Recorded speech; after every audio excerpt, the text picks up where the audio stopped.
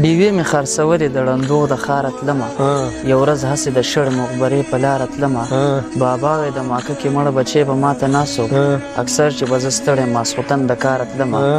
یو څو یتیمانان په یو تازه قبر پراته وو د کونډې د نکریزو لاس په وینو باندې سره وو په دې خلکو قیامت خو سرکار ته خبر نه و زمونږ واکداران په محبینو کې ویده وو زمونږ دپاره ګوره ناروا فیصلې وکړي زمونږ د سرونو د سودا فیصلې وکړي چې نورې د پښتون وینې بې ځایه تویې نه شي سرکار دې د پښتون په حق کې دا فیصلې وکړي بې څوکه پښتانه وي بې زنځیره غلامان وي په نوم د دهشتګرد مو یادوي سرې ګریوان وي چې کله د وطن د حفاظت خبره راشي کولې په سینه مونږ خور ولاړ په هر میدان جوړ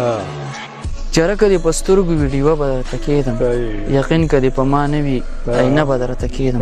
خو مخ به پکې نه ښکاري ضمیر به پکې ښکاري د کونډو یتیمانو ژړا ویر به پکې ښکاري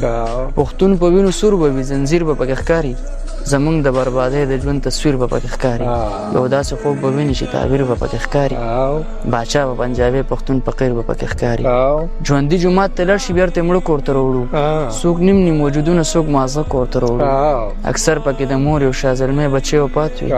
اکثر مونږ غمونه د واده کور ته راوړو او په داسې ازادۍ د الله سل ځله اور بل کړي